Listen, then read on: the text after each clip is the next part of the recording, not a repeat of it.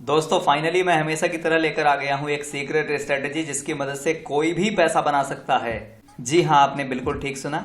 अगर आपने इस स्ट्रेटेजी को ठीक से समझ लिया तो आप भी इस स्ट्रेटेजी की मदद से करोड़ों में प्रॉफिट बना सकते हो।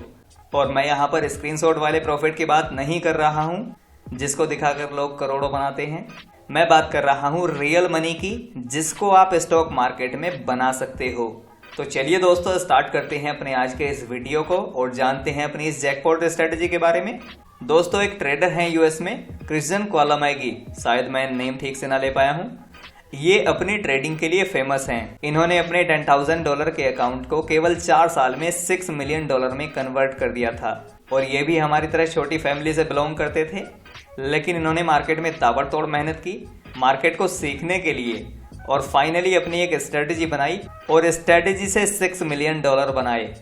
तो आज हम इन्हीं की स्ट्रेटेजी के बारे में बात करेंगे कि कैसे इन्होंने एक छोटे से अकाउंट को बड़े कैपिटल में कन्वर्ट कर दिया।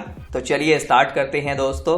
तो दोस्तों क्रिश्चियन ऐसे स्टॉक्स को फाइंड करते थे जिन्होंने पिछले 4 to 12 वीक में 30 से 100% का मोमेंटम दिया हो और मोमेंटम देकर साइडवेज हो गए हों। जैसे कि अगर आप इस स्टॉक को देखेंगे तो इसने 7 वीक में 75% का मोमेंटम दिया और उसके बाद में ये स्टॉक साइडवेज हो गया है।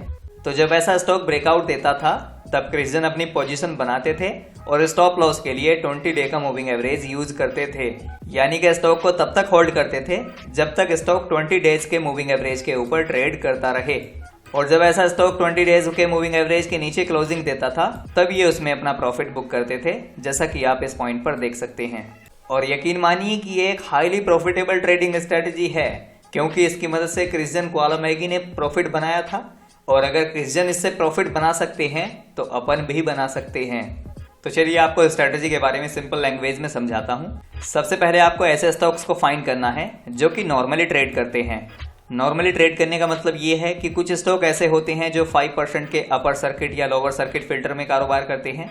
आपको ऐसे स्टॉक को बिल्कुल अवॉइड करना है जो कि 5% के अपर सर्किट में या लोअर सर्किट में ऊपर नीचे जाते हैं। स्टॉक में सर्किट फिल्टर मिनिमम 10% होना ही चाहिए। फिर आपको देखना है कि स्टॉक में लिक्विडिटी कैसी है, आई मीन वॉल्यूम, क्योंकि कुछ स्टॉक ऐसे होते हैं जिनमें एक दिन में केवल 1000-2000 स्टॉक ट्रेड होते हैं।